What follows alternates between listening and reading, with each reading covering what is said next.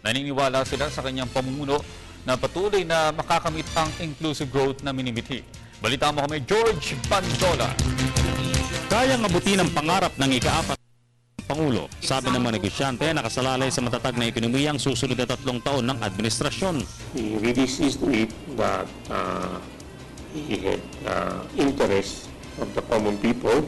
President is in the right track. That's one thing sure. He knows what he's doing. He's focused on what he'd like to achieve.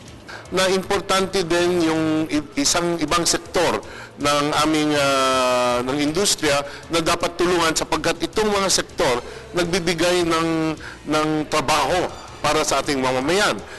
Nabilib daw ang mga negosyante sa paggigit ng Pangulo na di nito gagastosan ang pakikipag-alitan sa China, bagkus ay palalakasin na lang ang diplomatic resolutions nito.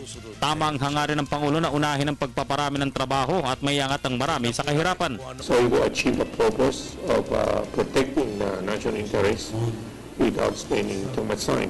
So here you see that we have a very clever president. Nais lang ng mga negosyante na maituloy ang mga reformang pang-ekonomiya, taliwas sa mga kritiko ng Pangulo. I think what's more important now is for us to work on those issues that the President himself find urgent, more important, those things that he wanted to focus. I think we rather support him. Meron tayong iba dyan na palagi lang negatibo ang kanilang tingin. Siguro may mga motibo silang iba. Para sa Telebisyon ng Bayan, George Bandola.